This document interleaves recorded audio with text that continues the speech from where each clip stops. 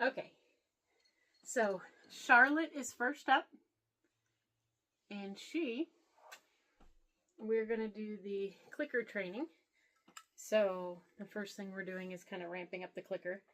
So this is the first time they're taking food from my hands.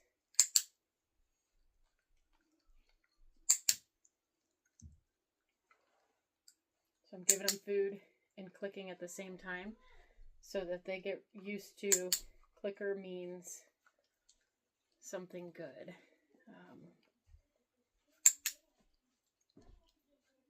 And so it's kind of just like the Pavlov's dog theory, where they hear this, they get something good. And so when you go into training with the clicker later, it tells them that it's a reward, that whatever they did was good eventually. Right now, we're just associating it with good. Charlotte, are you a good girl? Here, maybe I should do it out this way so you guys can see your face more.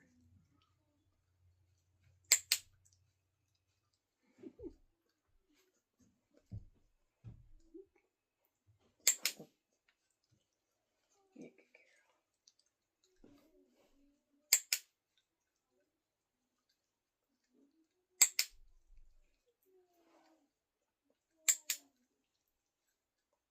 We'll be doing a lot of different things this week, so you'll probably have a lot of longer videos this week. But they'll be doing the box game probably tomorrow, and then we'll be doing some barrier challenges. I did get the yard ready for them, so they'll be getting some outside time as long as the weather permits, because the weather seems like it's going to be storming this week, at least early on in the week, but it'll be good. Okay, you can bring the next puppy. I like to make sure that we do this in a room separate from the puppies, so that they don't hear the clicker. So we're bringing one puppy at a time. Hi, sweetheart. You're so good. You're a good girl. All right. There you go. You want to switch me? Actually, Faith will take this one. No. Yeah. You're going to wait for this one. And then Faith will get me the next one. All right. So it's Elizabeth. She's one of the littler ones. Hi, sweetheart. You're a good girl. She's a cutie. All right. You ready, girl?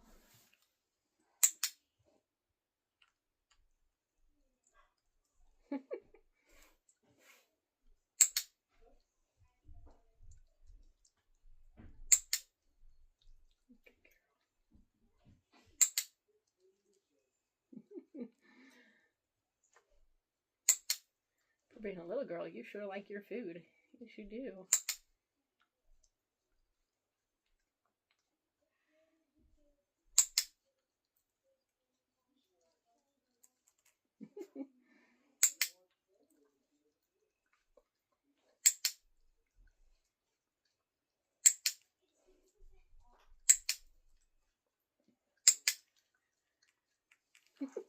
She doesn't want to stop. You're a good girl. Is that good stuff? You're good stuff. Yeah.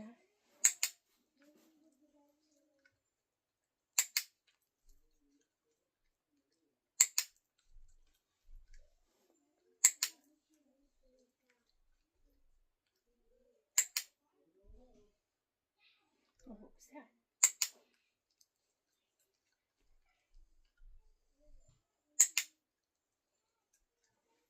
These guys won't need a second ramping up of the clicker because I think they're getting it pretty good. I waited just a little bit longer with this litter to see if they'd catch on to the games maybe just a little bit quicker.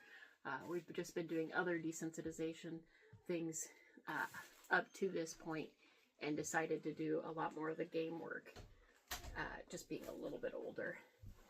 Yeah. Okay, next puppy. Annie, you want to take this one?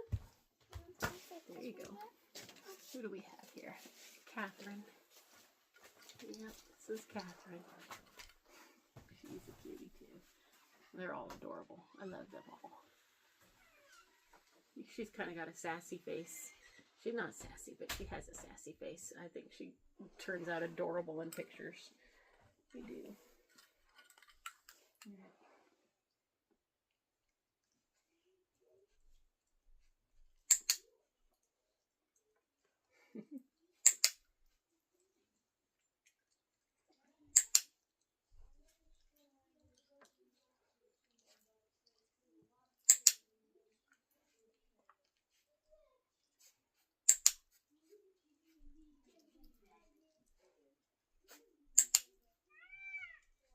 You can hear my peacocks in the background. So it's mating season for peacocks.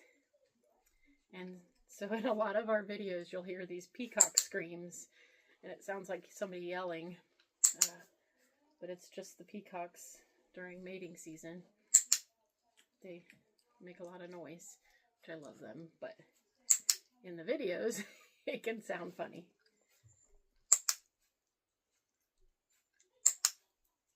Oh my goodness. Where are you going, big girl? You're just eager. Okay, next puppy.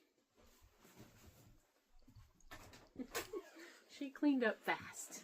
You good girl. All right, we got Wickham. Is that Wickham? You go, boy.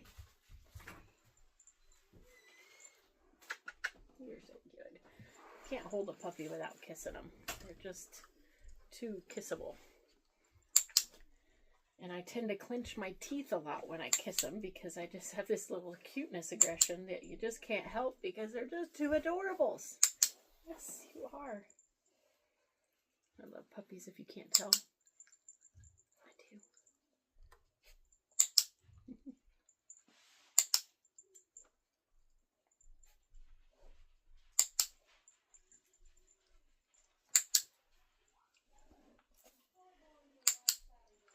Yeah, I think that I wanted to take advantage of age with some of their training and their challenges. So I think that they might catch on better and it might sink in a little bit quicker. So yeah, that's why I kind of waited a little bit longer in this group, just trying something different. And you'll notice too, with every one of my litters, I do things in different orders, in different not fully different orders, but different time spans sometimes. And a lot of it is because you don't do things specifically at a set time, but more at their readiness. Some puppies are ready earlier than others. But on this one, I waited past when they were ready. I actually think that it might be advantageous to them to do some of this a little bit later. And I don't know for sure. This is me. You can give me the next puppy. But I just did different work early. A lot of the desensitization and sound work and such. Because I really wanted to take more advantage, especially we've got a few service dogs in this one where it's more than one. I just wanted to really advance them a little bit more in some of this as they're a little bit older. All right, Annie, you want to take this one? Or Faith, you can bring me that one and you can give this one to Annie. Come here, Collins. Hey, big guy. Oh, it's the big boy. Oh, there you go. No, can you just take her to him? Or take him to her? Sorry. Thank you. All right, here's... Oh, they're a little stiff. My Collins. Yeah, you're so cute. I know I was holding you out. That was just an awkward hold. Yeah, good boy. Yeah. Let's see. Get some food.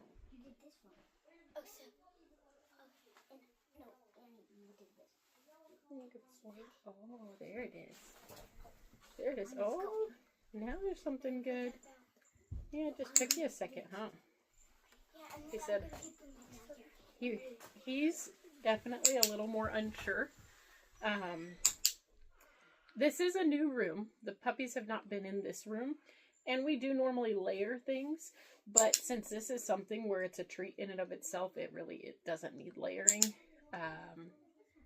But sometimes when they are the first time exploring around the house into different rooms, because this is the time period where we start giving them exploration each day into the rooms and such, to get them more used to around the house.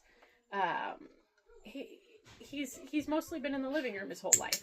So being in this room, it was different to him.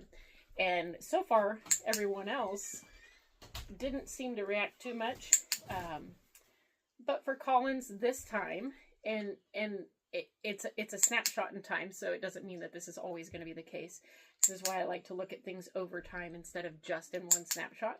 But in this time, we saw that Collins was a little bit more hesitant. He was shaking a bit, and he just was stiff. He was real stiff. Now, sometimes they're stiff when you hold them anyway. It's a sudden thing sometimes, but he is definitely a little bit more nervous of being in a new room. So that's something I'm going to keep an eye on him. One, he's going to get a lot of socialization into that anyway. But if he's always more slow to get used to things, then he's probably not the service dog prospect, right? Because you want your service dog to adjust quicker. And so we'll keep an eye on that as we go, because we don't know for sure.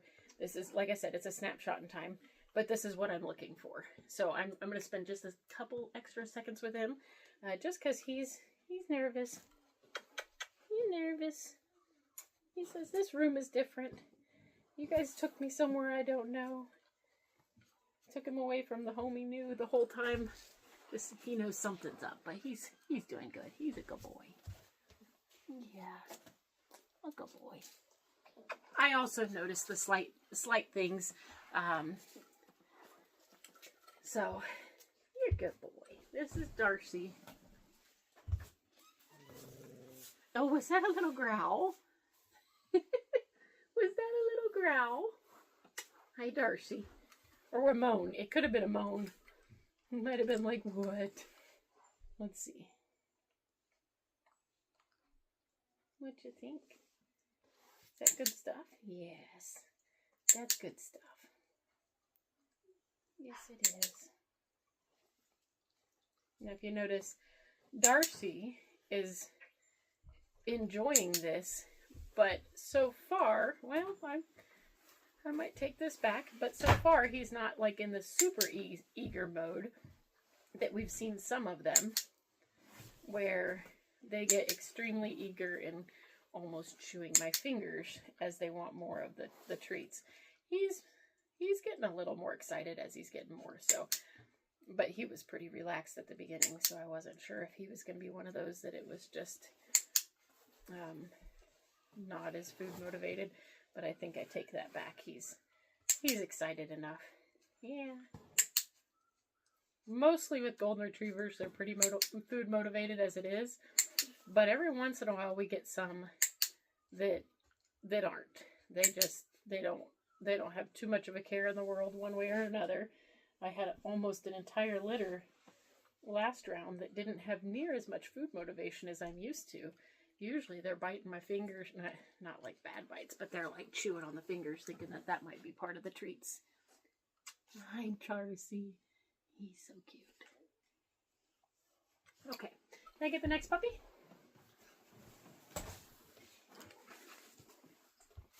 All right, is this Lydia? There's Lydia. Yeah. So sweet. She's a cutie. All right, what do you think? Let's see. That's a lot of food. Here we go.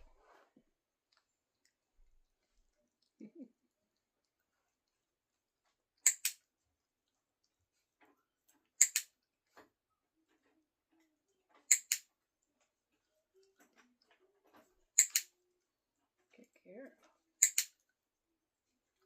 girl. So far, because Collins had just a little bit more nervousness, I will probably bring him in here tomorrow morning and either do the same thing or just come in here and snuggle with him. But just to reassure that this is a good place.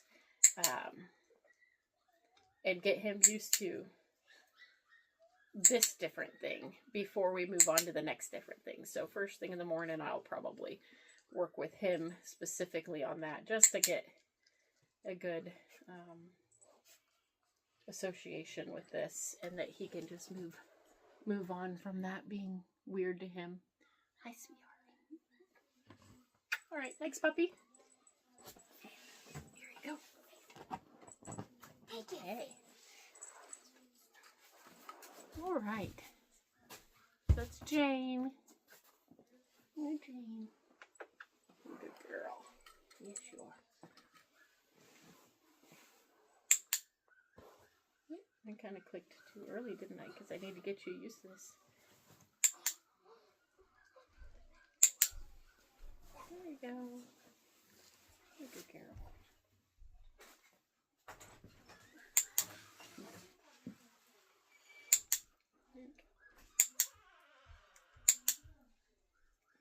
You're wanting to get big bites, aren't you, Jane? Yeah. And I will also say that sometimes you see the shaking is in reaction to a new stimuli, where they're just overstimulated. It doesn't necessarily mean nervous, but for him, for Collins, we did notice he was also stiff to begin with and such too. So to me, that tells me he probably was just a little bit nervous, like this was just too new. He wasn't, he needed some reassurance. But it also, sometimes on some of these, you'll see them shake, especially with food and stuff. It's a new stimulus. It's a little extra exciting. The shaking doesn't necessarily mean anything is scary. It can just be their nervous system is in extra drive right now. And so with some of these, I feel a slight bit of shaking from them, but it's not the same kind. It's when their nervous system's kind of in overdrive. Oh, you got a little bit of food on your belly. Okay, will you take this one? Not belly, face. And then next puppy. Okay, I've already done Darcy. Who was the one you haven't done? Let's think through it. Bingley. We need Bingley. I haven't seen Bingley yet. No, Bingley is brown. Okay. And get me brown. I'll hold Darcy until we see Bingley, because I like Darcy too. Oh, you're a moaner. Is that it? You just moan? I love it. He's got this. He was the one that I thought growled earlier. He moans. You're just a moaner, huh? I was thinking we did not do that. Yes. We did not. I was thinking we did that. Penny, Bingley. Thank you. Come on. He's so sweet. Let's get Bingley up here. Okay, here you go. Okay. We got Bingley. Last but not least. Good boy. We can't leave you out. No, we can't.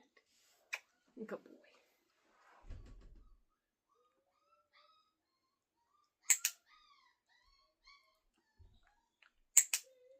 There we go.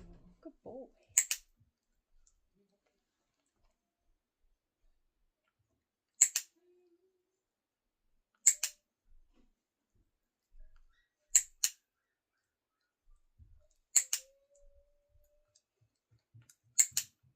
Good boy.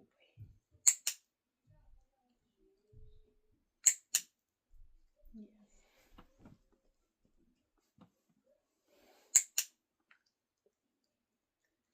Sorry, there's a whole lot of little pieces that have dropped. I'm trying to pick them all up. Bingley, you're going to kind of get all the extras that everybody else dropped. There you go. You get a few extra bites there.